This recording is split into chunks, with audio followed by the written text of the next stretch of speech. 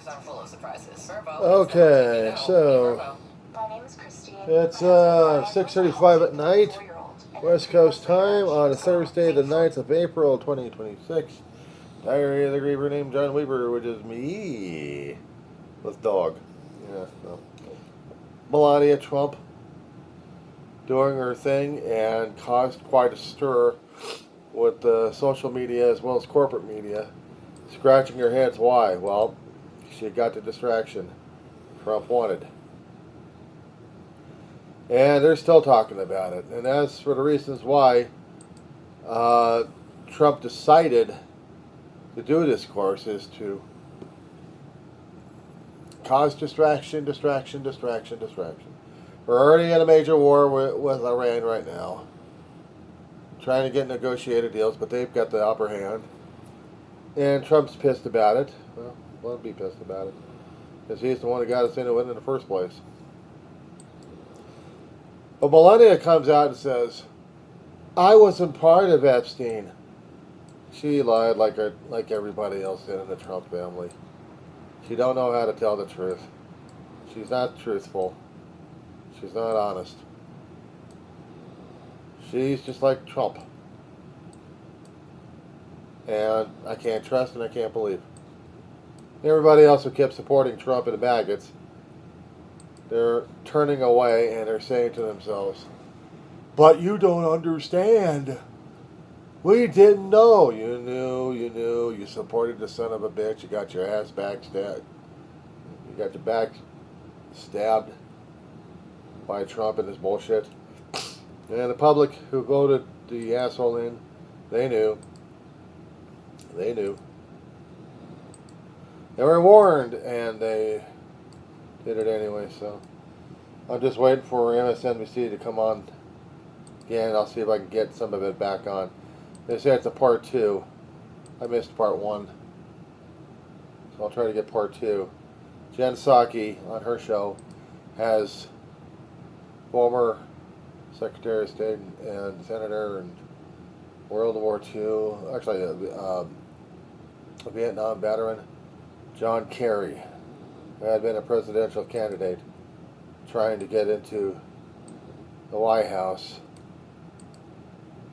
And unfortunately he didn't make it, but his knowledge of what's going on out there in the political realm, he's still relevant. So Jen's trying to do a conversation with the gentleman. I'm just waiting while playing solitaire at the same damn time. Sorry, I have to keep my brain occupied one way or another without watching commercials and having upset stomach over it. Tomorrow morning, all throughout the day, they're going to have the artist, they're going to have the spacecraft coming down into Earth. And right overhead of Southern California, on a trajectory heading towards San Diego, we're going to have Artemis coming right over our damn heads. So around midnight, actually around noon and forward, we'll keep track where that bastard's at one way or another, because I want it on record. I want it on record. So I'm going to be turning on the television. There's going to be some commercials on it, so this is not monetized. I'm just trying to get this going.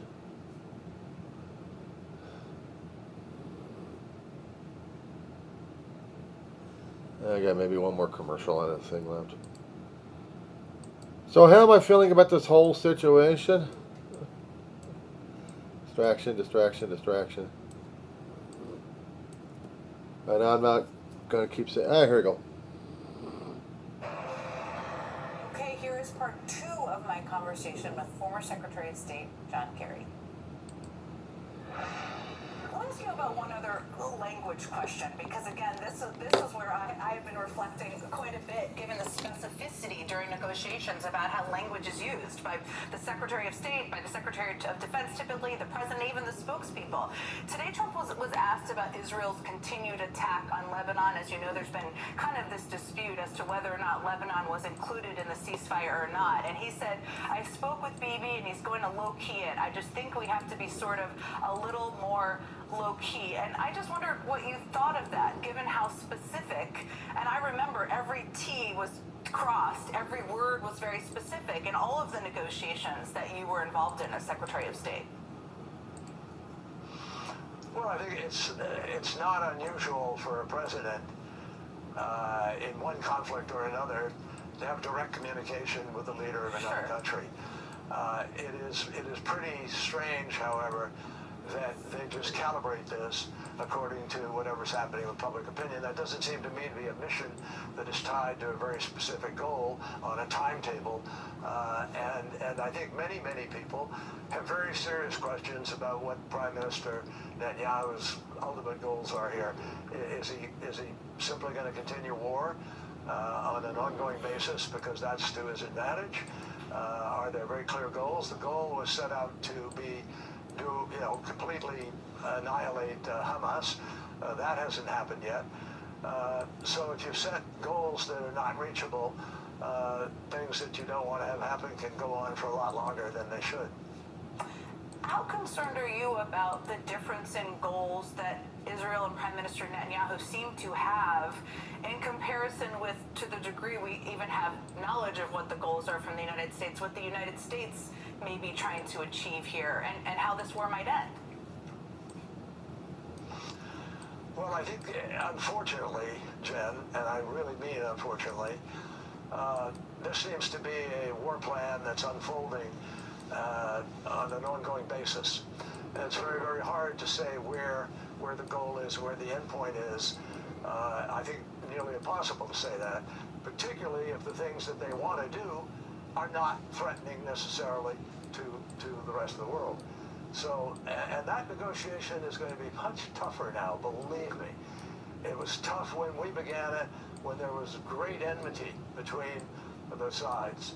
Now that there's been this massive bombing and destruction and challenge to their leadership, with everybody there in government knowing someone who's been killed in the course of the last weeks and months, that's going to be harder for them to come back and say, well, we're willing to be charitable with respect to any measure.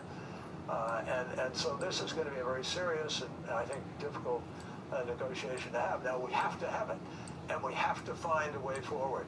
And by the way, when you say trust, our motto was not trust but verify. Our motto was don't trust and verify. And that's the way I think our agreement came out. You didn't rely on trust, you relied on our eyes on the prize, our eyes on the uranium, our eyes on the centrifuges, and daily inspections, and the International Atomic Energy Agency certifying to all countries what was happening. It's a very strong agreement, sadly walked away from, not for substantive reasons, but because President Obama did it. No doubt about it. That's why he walked away from it. Before the ceasefire was announced this week, Donald Trump said, I know you saw this, a whole civilization will die tonight. It is language I don't think anyone has ever heard from a U.S. president, publicly, privately, anyone in any position of power. It's a pretty hard bell to unring. Given all of the roles you've played, what did you think when you saw that? I was as shocked as I've been by anything that I've seen or read by this administration, in the first administration and now in the second. For a Christian, so-called, to step up on Easter Sunday and use language like that, which kids are going to hear and people all around the world will see as a reflection of our presidency, is just utterly stunning. And to be talking about, we're the city that hosts the Holocaust Museum. We're the place that worked so hard to liberate Europe or free Europe from fascism, and so many other contributions we've made around the world. And you step up and not only use language like that, but say a whole civilization is going to die. That sounds to me like it's the prelude to becoming one of the greatest war criminals in history. When you kill a civilization, you are doing something precisely against all of the international norms, standards, values, and hopes and aspirations. So, I think it's important when life and death is involved and war is involved, and it's certainly a lesson I learned in the context of the 1960s, you really need to tell the truth. Public people, if they're going to urge the American people to put their sons and daughters on the line to defend our security interests, define those interests properly and make sure you are defending them within the proper parameters of how we behave as a nation. And that's how you strengthen not just the United States, that's how you strengthen the world. Given your history, you have so many aspects of your history of fighting in the Vietnam War, coming back, speaking out against it in that moment in front of Congress. How do you think about the role that the men and women serving, the 50,000 troops who are sitting there not knowing what this war is about, are being put in right now? Well, God bless them. They're warriors first, and they follow lawful orders, and they help stand up to make us who we are. And I really am in awe of the abilities that were evidenced in the Venezuela operation and now in these operations. They're quite extraordinary. But they expect their leaders to tell them the truth. They expect their leaders to have the wisdom to not put them into harm's way unless it is a legitimate threat to the United States, one that rises. I mean, they're all sort of layers of threat. You can have a threat, you can have a serious threat, you can have a existential threat. I mean, there are different layers of threats. But no matter what those layers are, people who serve want to know that the mission is clear, that the country is behind them, that they have everything they need to be able to get the job done. Secretary John Kerry, I am so grateful that you gave us the time today. It's so interesting talking to you about all of this. Thank you again. Thank you. My pleasure. Thanks for having me.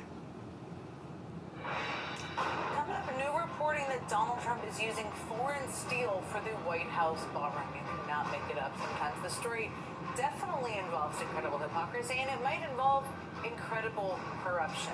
We'll be right back, and I'll explain all of it. So he still wants to get his damn ballroom fixed.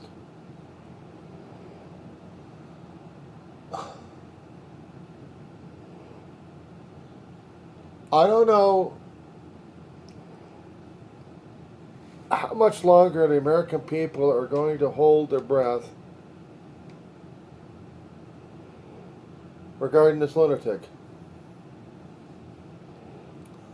Of what he's doing, what he's causing. I don't know what legally can be done at this point. I know they're screaming on social media, corporate media, maybe in the streets, get the 25th on his ass. But then you got J.D. Vance, and then you got the rest of the Republican domination. So, either we get it going, or we're going to not get it going and see everything else goes hell in a handbasket. Is this all for obfuscation concerning about the Epstein files, that he cannot afford to see his name being smeared? Is he that vain? Yeah, I guess so. That he would cause a world war because of something regarding Epstein. Sorry. Well, forth kind of fart around. But this guy is doing more than just farting around. He's causing more and more issues that we voted in back in November 2024. He is on his last term, theoretically, according to the Constitution of the United States. And according to an amendment that got passed a long time ago, he cannot do a third. I don't care how many laws they keep passing. They have to have an amendment to change this one. But the thing is, will SCOTUS back it up? Or are they actually going against the Constitution of the United States?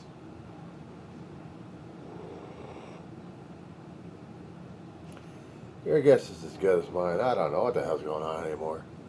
That being said,